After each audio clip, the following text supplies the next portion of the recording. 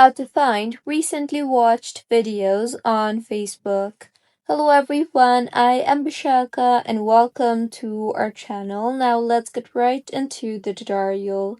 Firstly, go ahead and open the Facebook application on your device and make sure you are signed in.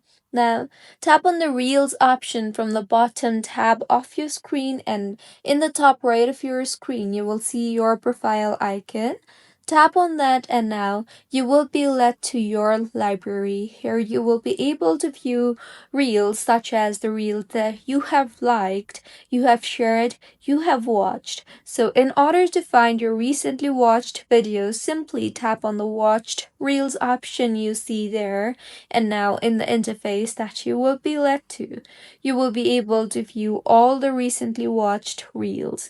So this is how you can find recently watched videos on Facebook. If you find this tutorial helpful, please like the video and do comment if you have any queries.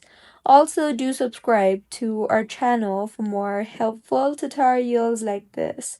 See you on the next one.